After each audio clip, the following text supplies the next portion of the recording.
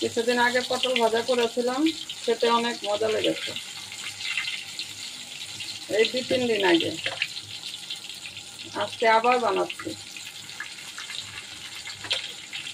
কড়াইয়ের মধ্যে তেলটা বেশি হয়ে গেছে, কারণ এটার মধ্যে আমি পুরি ভেজেছিলাম, ওই তেলের মধ্যেই দিয়ে দিচ্ছি। এর মধ্যে আরও ভাজাটা ভালো হবে বেশি তেলের মধ্যে।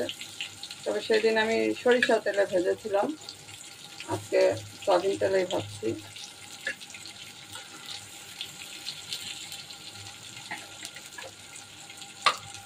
দুইবারে ভাজতে হবে অনেকগুলি পটল।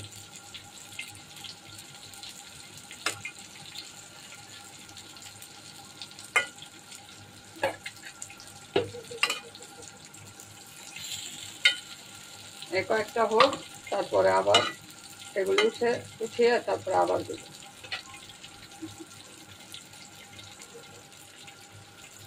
এখন একটু ঢেকে দিচ্ছি, তাড়াতাড়ি সেদ্ধ হয়ে যাবে।